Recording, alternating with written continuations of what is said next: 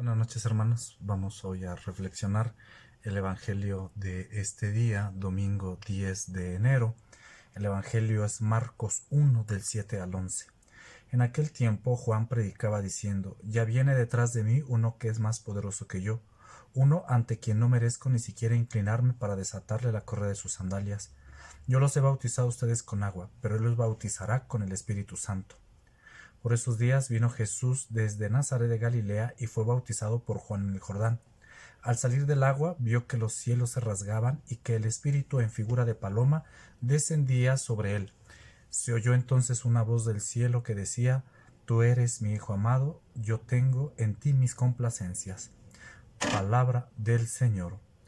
Fíjense, hoy celebramos la fiesta del bautismo del Señor y con esta fiesta cerramos precisamente la Navidad. Y es hoy el inicio también de la vida pública de Jesús, donde Jesús va a empezar, bueno, ha venido tomando conciencia ya de su quehacer, de su ser, en su divinidad, en su naturaleza humana y divina, ¿sí? Y entonces ahora sí, con este signo del bautismo se abre ahora sí una dimensión de diálogo plena entre Dios y el hombre, ¿sí?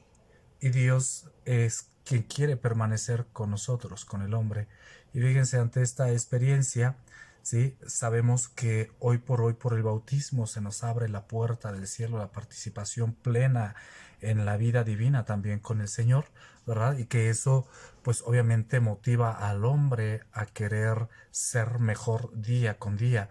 El bautismo que Juan predicaba era un bautismo de arrepentimiento, les decía yo hace rato en la misa. El Señor no tenía nada que arrepentirse, sin embargo quiso abajarse a nuestra condición humana para entonces enseñarnos que el hombre necesita de ese arrepentimiento para acercarse más plenamente a Dios. Sería interesante preguntarnos nosotros que hemos sido bautizados hoy por hoy, de qué tendría que arrepentirme, qué tendría que corregir en la vida. Hoy, en estos momentos, en este tiempo, en este espacio de pandemia que estoy viviendo, sí, qué es lo que en su momento yo tendría que corregir, cómo tendría que vivir plenamente mi ser de bautizado. Les digo, y fíjense, o sea, y no es el bautismo que predicaba Juan de arrepentimiento, o el bautismo que nos da Jesús, como el mismo Juan nos lo dice, es un bautismo del Espíritu Santo, un bautismo que santifica, que les digo, totalmente nos da la posibilidad de esa participación plena, ¿verdad? En la vida celestial que el Señor nos ofrece, nos da a cada uno de nosotros, pero qué tanto también tú y yo nos esmeramos por participar más plenamente. No digo de por ganarnos la vida eterna, esa ya está dada, ya no la dio el Señor, pero por nuestros actos muchas veces tomamos distancia de esa vida, de esa vida eterna, de eso, lo que en otras palabras diríamos santidad. ¿Qué tanto aspiro a la santidad? Digo, por el bautismo ya se me abrieron las puertas para la posibilidad plena de vivir la santidad, pero ¿qué tanto aspiro yo a ella? ¿Qué tanto realmente yo me descubro como esa persona que verdaderamente puede aspirar y alcanzar esa santidad? Luego hoy tendríamos que analizar precisamente nuestra vida, este tiempo, este momento que estoy viviendo, sí, que son tiempos de gracia. Yo estoy convencido de algo: en estos tiempos de gracia, en tiempos de persecución, en tiempos de conflicto, en tiempos de crisis, la iglesia crece, la iglesia se hace grande. Y no me refiero a los curas, a las monjas, me refiero a todos y cada uno de nosotros, a ustedes, a mí.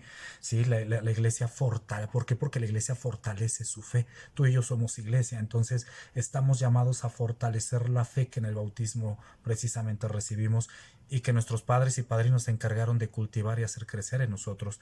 Les digo, hoy podríamos también preguntarnos qué tanto vivimos plenamente y con esa conciencia total nuestra fe en el Señor. Les digo, hoy Jesús se bautizó, les digo, pero porque él ya era consciente de ese camino que iba a empezar, les digo, pero ante todo un camino que nos abre las puertas a nosotros hacia la santidad, hacia el encuentro con Dios, un camino de ese diálogo más pleno con Dios.